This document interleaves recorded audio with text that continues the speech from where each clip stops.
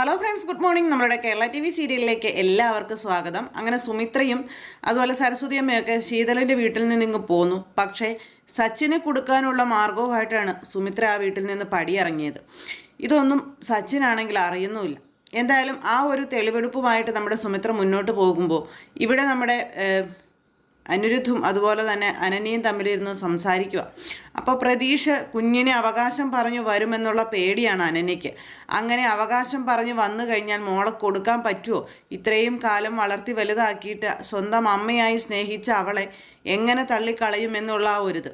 അങ്ങനെ വിഷമിച്ച് നിൽക്കുന്ന സമയത്ത് അനിരുദ്ധ് പറഞ്ഞു, ഒരിക്കലും അവൻ ഈ കുഞ്ഞിന് അവകാശം പറഞ്ഞു വരില്ല എന്ന്. അങ്ങനെ അവകാശം പറഞ്ഞു വരാനായിരുന്നെങ്കിൽ അവൻ ആ കുഞ്ഞിനെക്കുറിച്ച് അന്വേഷിച്ചേനെ. പക്ഷേ സ്വരമോളെക്കുറിച്ച് എന്നോട് ചോദിച്ചത് പോലുമില്ല. അതുകൊണ്ട് തന്നെ സ്വരമോളെ അവൻ പുറത്തിറങ്ങിയാലും അന്വേഷിച്ച് വരുമെന്ന് എനിക്ക് തോന്നുന്നില്ല. അവൻ ഒരിക്കലും അവൾക്ക് മേൽ അവകാശം പറയില്ല. അതോർത്ത് നീ പേടിക്കേണ്ടെന്ന് പറഞ്ഞു. അങ്ങനെ ഇവർ രണ്ടുപേരും കൂടി സംസാരിച്ചുകൊണ്ട് നിൽക്കുന്നു. ഈ സമയത്ത് നമ്മുടെ സ്വരമോൾ അവിടെ ഇരുന്ന് ഫുഡ് കഴിക്കുവാണ്. അപ്പോൾ സ്നാക്സൊക്കെ കഴിച്ചുകൊണ്ടിരിക്കുന്നു. ആ സമയത്ത് അങ്ങോട്ടേക്ക് ഇതേ വരുന്നു നമ്മുടെ പ്രേമ വന്നിട്ട്, നീ എന്താടി ബുക്ക് എടുക്കാമെന്ന് വിചാരിച്ചേ? മമ്മിയും ഡാഡിയും വന്നേ പിന്നെ ബുക്ക് തുറക്കാത്തവളാണ്, അങ്ങനെയാണ് ഇങ്ങനെയാണെന്നൊക്കെ പറഞ്ഞു. നിൻ്റെ മമ്മി എന്തിയെന്നൊക്കെ ചോദിച്ചു. അപ്പോൾ എൻ്റെ മമ്മിയും ഡാഡിയും റൂമിലുണ്ടെന്നും അപ്പോൾ അവരോട് പിണങ്ങിയോന്ന് ചോദിച്ചപ്പം എൻ്റെ മമ്മിയും ഡാഡി എന്നോടും പിണങ്ങില്ല, ഞാൻ അവരോടും പിണങ്ങിയില്ലെന്നാണ് കൊച്ചു പറഞ്ഞത്. അപ്പോൾ അവരുടെ മുറിയിലുണ്ടെന്നും അവർക്ക് രണ്ടുപേർക്കും എന്തെങ്കിലുമൊക്കെ സംസാരിക്കാനുണ്ടാവുമല്ലോ.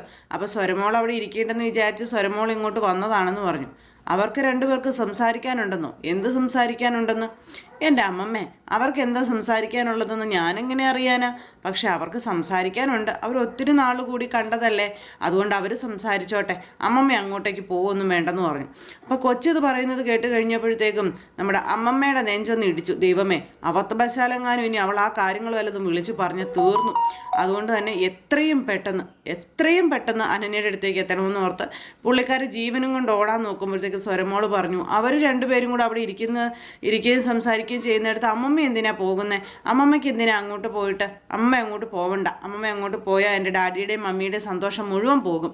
അതുകൊണ്ട് അമ്മമ്മ അങ്ങോട്ട് പോവണ്ട എന്നൊക്കെ പറഞ്ഞ് കൊച്ച് പിടിച്ചു നിർത്താൻ നോക്കുന്നുണ്ട്. എവിടെ നിന്ന്? നീ പോടി കൊച്ചെന്നും പറഞ്ഞിട്ട് അവിടെ നിന്ന് അങ്ങോട്ടേക്ക് പ്രേമ കയറി ഓടുക. കാരണം പ്രേമയ്ക്ക് പേടിയാണ്. കാരണം അന്നി എന്തെങ്കിലും വിളിച്ചു പറഞ്ഞാൽ അവിടെ തീർന്നു. അപ്പോൾ ഇങ്ങനെ ഇവർ ഈ റൂമിലിരുന്ന് സംസാരിച്ചുകൊണ്ടിരിക്കുന്നു. അപ്പോൾ നമ്മുടെ അനിരുദ്ധാണെങ്കിൽ അപ്പോഴും സുമിത്രയുടെ കാര്യങ്ങൾ ഇങ്ങനെ പറയുന്നു. അപ്പോൾ ഇങ്ങനെ നമ്മുടെ അനിരുദ്ധ് അവിടെ നിൽക്കുന്നത് പ്രേമയ്ക്ക് ഇഷ്ടമല്ലെന്നും അതുപോലെ തന്നെ വരുന്ന പ്രശ്നങ്ങളും ഒക്കെ നമ്മുടെ അനിരുദ്ധിനെ അറിയാം. അപ്പോൾ അനിരുദ്ധ് അതൊക്കെ ഇങ്ങനെ എന്നിട്ട് അനന്യയോട് ഇരുന്ന് പറയാം. അപ്പോൾ തൻ്റെ അമ്മയുണ്ടായിരുന്നെങ്കിൽ തനിക്ക് ഇങ്ങനെ ഒരു ഗതി വരില്ലായിരുന്നു തുടങ്ങിയ കാര്യങ്ങളൊക്കെ പറഞ്ഞു. അപ്പോൾ അത് കേട്ട് കഴിഞ്ഞപ്പോൾ, അതെ, എനിക്കൊരു കാര്യം പറയാനുണ്ടെന്ന് പറഞ്ഞു. എന്താ പറയാനുള്ളത്? അപ്പോൾ അനന്യൊന്നും മിണ്ടുന്നില്ല. പറയാനുണ്ടെന്ന് പറഞ്ഞിട്ട് ഇങ്ങനെ മിണ്ടാതെ ഇരിക്കുക. അപ്പോൾ എന്താ? എന്നോട് പറയാൻ പറ്റാത്ത വല്ല കാര്യമാണോ? എന്നോട് പറയാൻ പറ്റുന്ന കാര്യമാണെങ്കിൽ എന്നോട് പറയാം. ഇനി അഥവാ എന്നോട് പറയാൻ പറ്റാത്ത കാര്യമാണെങ്കിൽ ഞാനങ്ങ് പോയേക്കാം. ഞാനായിട്ട് ഇനി തനിക്കൊരു ശല്യം ആവുന്നില്ലെന്നൊക്കെ പറഞ്ഞ് നമ്മുടെ അനിരുദ്ധ് എഴുന്നേറ്റ് പോകാൻ തുടങ്ങുമ്പം, അയ്യോ പോവല്ലേ, അത് പിന്നെ ഞാൻ അമ്പലത്തിൽ വെച്ച് ഒരാളെ കണ്ടായിരുന്നു എന്ന് പറഞ്ഞു. അമ്പലത്തിൽ വെച്ചോ? ആരെ നീ കണ്ടതെന്ന് ചോദിച്ചപ്പോഴേക്കും പ്രേമ അതേ പറന്ന് കയറി വരുന്നു. പ്രേമയാണെങ്കിൽ ഇടിച്ചു കുത്തി അകത്തേക്ക് കയറി വന്നപ്പോഴത്തേക്കും ഇവർ രണ്ടുപേരും അമ്പലപ്പോടെ ഇങ്ങനെ നോക്കുക കേട്ടോ. ഇപ്പോൾ പ്രേമയെ കണ്ടപ്പോഴത്തേക്ക് അനന്യയ്ക്ക് പേടിയായി. ദൈവമേ, തള്ള വല്ലതും പറഞ്ഞാലോ എന്നുള്ളൊരു പേടി. ആ സമയത്ത് അമ്മ എന്തൊരു വരവാ വരുന്നത്? അമ്മയ്ക്ക് ഡോറൊന്ന് ലോക്ക് ചെയ്തിട്ട് വന്നുകൂടെ എന്ന് ചോദിച്ചു. അത് പിന്നെ ഞാൻ നിന്നോടൊരു അത്യാവശ്യ കാര്യം പറയാൻ വേണ്ടിയിട്ടേ അത്രയ്ക്കൊന്നും ഓർത്തില്ല, നീ വേഗം വന്നേ എന്നും പറഞ്ഞ് വിളിച്ചു. നിങ്ങൾ രണ്ടുപേരും കൂടി ഇവിടെ എന്തെടുക്കുമായിരുന്നു എന്ന് ചോദിച്ചു. അപ്പോൾ അമ്മ പേടിക്കുന്നത് പോലെ എന്തായാലും ഒന്നും ഇല്ലെന്നും പറഞ്ഞുകൊണ്ട് അനന്യ പറയാം, നീ വന്ന് എനിക്ക് നിന്നോട് അത്യാവശ്യം ഒരു കാര്യം പറയാനുണ്ട് എന്ന് പറഞ്ഞു. കൊച്ചിനെ അപ്പുറം കൊണ്ട് ഇരുത്തിയിട്ട് രണ്ടുപേരും കൂടി ഇവിടെ കയറി ഇരിക്കുകയാണെന്നൊക്കെ പറഞ്ഞ് പ്രേമ ഇങ്ങനെ ഓരോന്ന് പറയാട്ടോ. അപ്പോൾ അനിരുദ്ധിന് അസുഖം മനസ്സിലായി. അനിരുദ്ധ് ഉദ്ദേശിച്ച അസുഖമല്ല അമ്മയ്ക്കുള്ളതെന്നുള്ളത് അനന്യയ്ക്കറിയാം. അങ്ങനെ അനന്യയെ നിർബന്ധിച്ച് വിളിച്ചുകൊണ്ട് പോകാൻ നോക്കുമ്പോൾ അനന്യ പോകാൻ കൂട്ടാക്കുന്നില്ല. ഞാൻ വന്നേക്കാം, അമ്മ അങ്ങോട്ടേക്ക് ചെല്ലാൻ പറഞ്ഞു. നീ ഇങ്ങ് വന്നേ, അത്യാവശ്യമാണെന്ന് പറഞ്ഞ് വീണ്ടും അനന്യയെ വിളിക്കാൻ തുടങ്ങും. അപ്പോൾ അനിരുദ്ധ് പറഞ്ഞു പോയിട്ട് വരാൻ പറഞ്ഞു. അങ്ങനെ അനന്യയെ അമ്മയുടെ കൂടെ പറഞ്ഞു വിട്ടു. അനിരുദ്ധ് എന്നിട്ട് അകത്ത് തന്നെ ഇരിക്കുന്നു.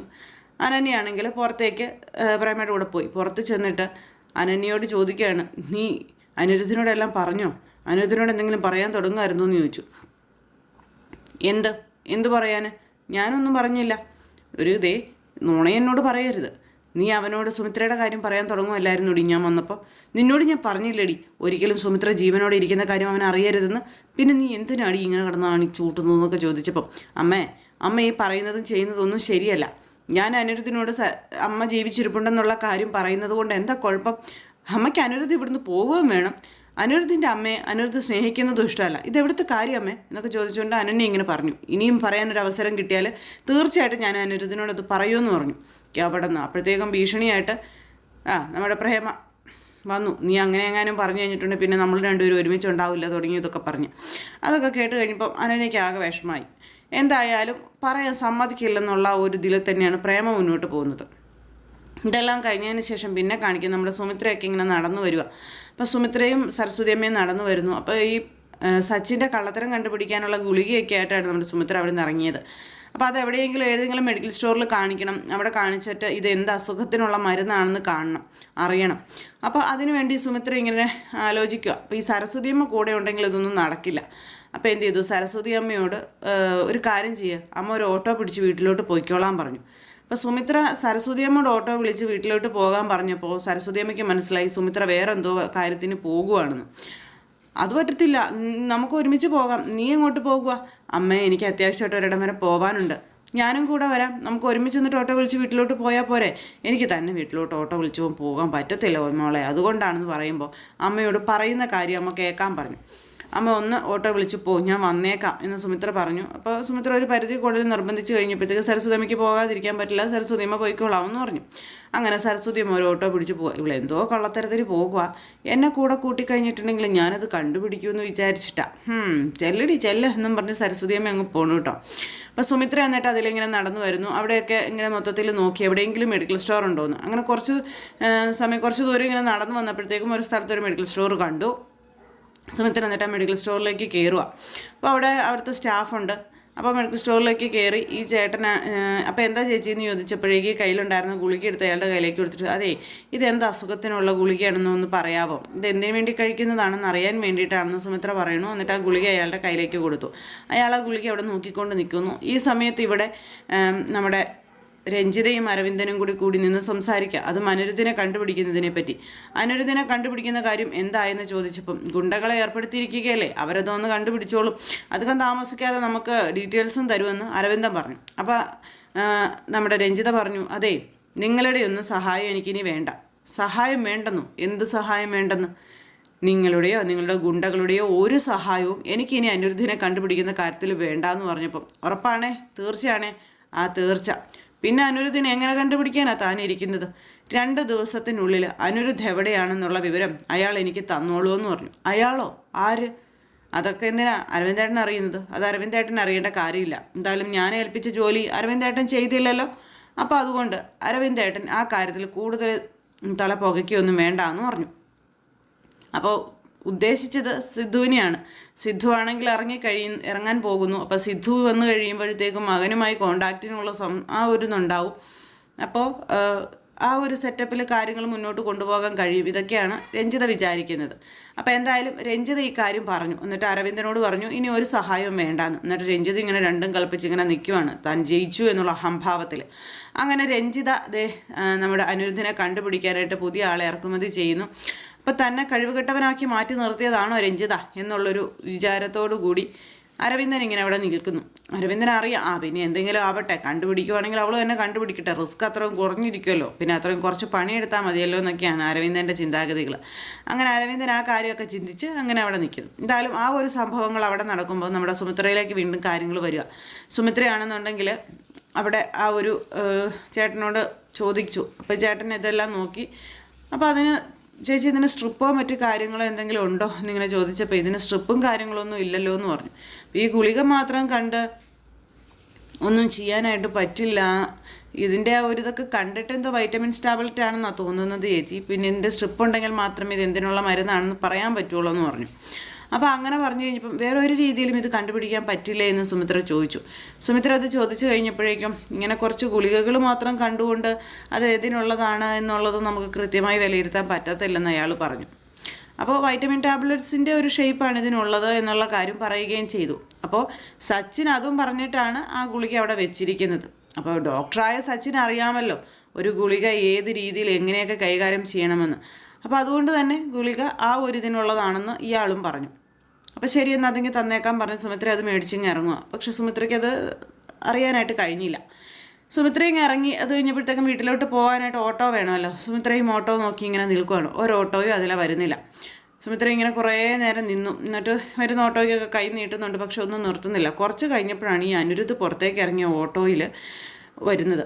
അപ്പോൾ സുമിത്രയുടെ തൊട്ട് മുന്നിൽ കൂടിയാണ് വരുന്നത്. പക്ഷെ സുമിത്ര എന്ത് ചെയ്തു, ചൂടും വെയിലും കാരണം ഇങ്ങനെ തലയിലൂടെ ഇങ്ങനെ ഒരു നമ്മുടെ സാരിത്തലപ്പ് ഇങ്ങനെ എടുത്തിട്ടേക്കുവാണ്.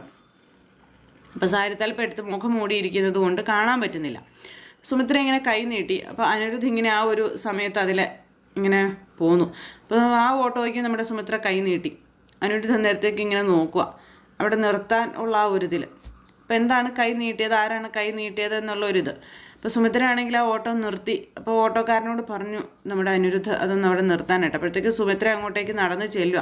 അപ്പോൾ അമ്മയും മകനും കാണാൻ മിനിറ്റുകളുടെ വ്യത്യാസം അല്ലെങ്കിൽ സെക്കൻഡുകളുടെ വ്യത്യാസങ്ങൾ മാത്രമേ ഉള്ളൂ.